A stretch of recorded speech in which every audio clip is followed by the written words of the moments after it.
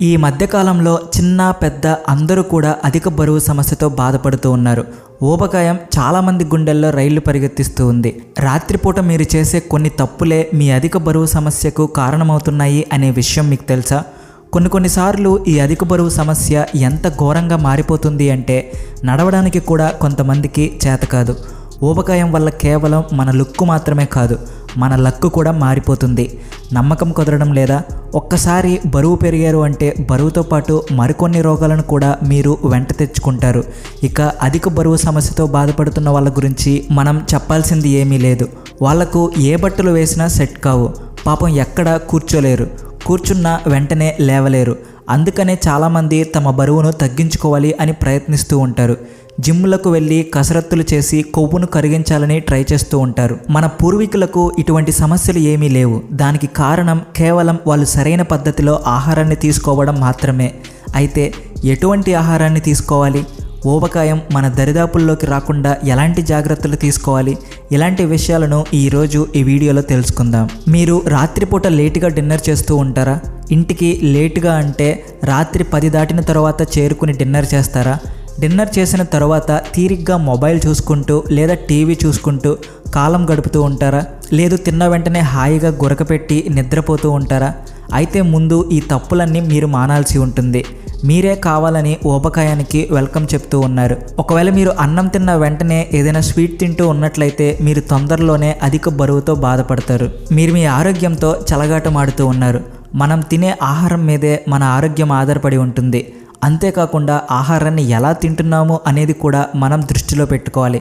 మనం అన్నం తిన్న తర్వాత ఎక్కువగా కాఫీ, టీలు వంటివి తీసుకుంటూ ఉంటాము. ఇలా కాఫీలు తాగడం వల్ల తొందరగా జీర్ణమవుతుంది అని చాలామంది అభిప్రాయపడుతూ ఉంటారు. కానీ నిజానికి అన్నం తిన్న వెంటనే కాఫీ, టీలు వంటివి ఏమీ తాగకూడదు. ఎందుకంటే కాఫీలో ఉండే కెఫైన్స్ మనం తినే ఆహారంలో ఉన్న పోషకాలను నాశనం చేస్తుంది.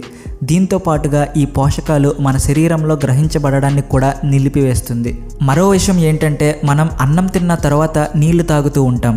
ముఖ్యంగా డిన్నర్ టైంలో ఎక్కువగా నీళ్లు తాగితే రాత్రి నీళ్ల కోసం దాహంతో లేవాల్సిన అవసరం ఉండదు అని చాలామంది అభిప్రాయపడుతూ ఉంటారు. ఎక్కువగా నీళ్లు తాగడం వల్ల మూత్రం ఎక్కువగా పోస్తూ ఉంటాం కాబట్టి బాడీ డిటాక్స్ అవుతుంది అని కూడా చాలామంది ఫీల్ అవుతూ ఉంటారు.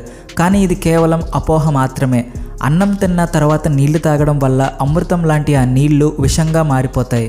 మన పొట్టలో ఉండే యాసిడ్స్ ఆహారాన్ని బ్రేక్ చేయడానికి ఎంతగానో ఉపయోగపడతాయి. కానీ మనం అన్నం తినే సమయంలో నీళ్లు ఎక్కువగా తాగడం వల్ల ఆ యాసిడ్స్ డైల్యూట్ అయిపోతాయి. అందువల్ల మనకి డైజెషన్ సరిగ్గా అవ్వదు. అధిక బరువు కూడా పెరిగిపోతూ ఉంటాం. మరో విషయం ఏంటంటే అన్నం తిన్న వెంటనే ఎక్సర్సైజ్ వంటివి చేయకూడదు. దీనివల్ల మనం తినే ఆహారంలో ఉండే పోషకాలు మన శరీరం గ్రహించలేదు.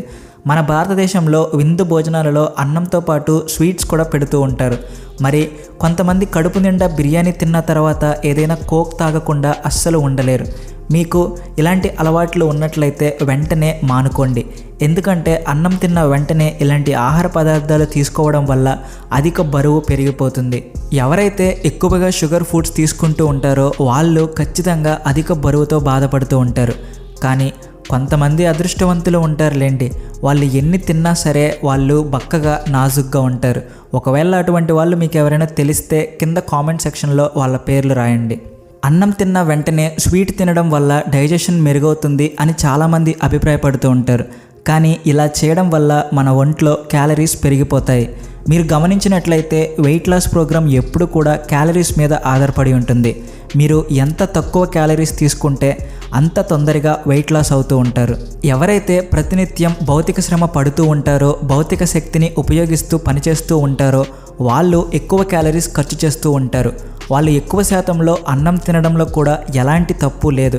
కానీ ఎవరైతే డెస్క్ జాబులు చేస్తూ ఒకే చోట కూర్చుని ఉంటారో అలాంటి వాళ్ళు తక్కువ క్యాలరీస్ తీసుకోవడమే మంచిది. ఎందుకంటే వాళ్ళు శారీరక శ్రమ చేయకపోవడం వల్ల వాళ్ళ శరీరంలో క్యాలరీస్ ఖర్చు అవ్వవు. వాళ్ళ ఎనర్జీ రిలీజ్ అవ్వదు కాబట్టి ఆ ఎనర్జీ మొత్తం ఊబకాయంలా మారిపోతుంది. కొంతమంది డిన్నర్ చేస్తారు కానీ డిన్నర్లో ఫైబర్ ఉండదు. ఇటువంటి వారికి ఈ రాత్రులు నిద్ర పట్టక ఆకలి వేస్తూ ఉంటుంది. ఇలాంటి వాళ్ళు అర్ధరాత్రి పూట నిద్రలేచి ఏదో ఒకటి తినాలి అని ఇంట్లో ఉన్న స్వీట్స్, కూల్ డ్రింక్స్ మీద పడతారు లేదా ఇన్స్టంట్ ఫుడ్ నమిలేస్తూ ఉంటారు. కానీ ఇది కూడా మీ ఆరోగ్యాన్ని దెబ్బతీస్తుంది. చాలామంది డిన్నర్ చేసిన తర్వాత చాలాసేపటి వరకు నిద్రపోరు. అంటే తొందరగా రాత్రి 8 గంటలకే అన్నం తినేసినా సరే రాత్రి 2 గంటల వరకు పడుకోకుండా గుడ్లగూబల్లాగా తిరుగుతూ ఉంటారు. ఇలా చేయడం కూడా చాలా తప్పు. అలాగని అన్నం తిన్న వెంటనే పడుకోవడం కూడా మంచిది కాదు. అన్నం తిన్న వెంటనే పడుకోవడం వల్ల మీరు తిన్న ఆహారం జీర్ణం అవ్వదు, సరైన నిద్ర కూడా పట్టదు. అందువల్ల ఉదయం పూట కూడా మీరు ఎంతో అలసిపోయి నిద్రలేస్తారు. ఇవన్నీ ఇండైరెక్ట్గా ఒబిసిటీకి కారణమవుతూ ఉంది. మరొక ముఖ్యమైన విషయం ఏంటంటే ఎవరైతే అన్నం తిన్నా వెంటనే పడుకుంటారో వాళ్ళకి గుండెల్లో మంట, ఆయాసం, గ్యాస్ వంటి సమస్యలు కూడా ఎదురవుతాయి. అందుకనే అన్నం తిన్నా వెంటనే పడుకోవాల్సిన అవసరం లేదు. అన్నం తిన్నాక కాస్త మెల్లగా నడవడానికి ప్రయత్నించండి, లేదా మీకు ఇష్టమైన పుస్తకాలను చదవండి. మీ గదిని పూర్తి చీకటిగా మార్చి అన్నం తిన్న 2 గంటల తర్వాత హాయిగా నిద్రపోండి. ఒకవేళ మీరు కూడా ఇదే రొటీన్ ఫాలో అయితే మీరు సన్నగా, నాజుగ్గా, ఆరోగ్యవంతంగా ఉంటారు. మరొక ఇంపార్టెంట్ విషయం ఏంటి అంటే సమయపాలన ఖచ్చితంగా పాటించి తీరాలి. ముఖ్యంగా ఆహారం తీసుకునే విషయంలో టైం టేబుల్ పాటించండి. ఎవరైతే సమయానికి అనుగుణంగా అన్నం తింటూ ఉంటారో వాళ్ళకి ఎటువంటి ఆరోగ్య సమస్యలు ఉండవు. ఇక రాత్రిపూట భోజనం ఎంత తేలిగ్గా ఉంటే అంత మంచిది. రాత్రిపూట భోజనంలో ఫైబర్ కూడా ఎక్కువగా ఉండేలా చూసుకోండి. ఫైబర్తో పాటు మినరల్స్ కూడా తప్పనిసరి. ఈ సూత్రాలన్నిటినీ మీరు ఖచ్చితంగా పాటిస్తే హెల్తీ లైఫ్ మీ సొంతం. ఈ వీడియో మీకు నచ్చినట్లయితే సబ్స్క్రైబ్ చేయడం మాత్రం మర్చిపోకండి. Thanks for watching.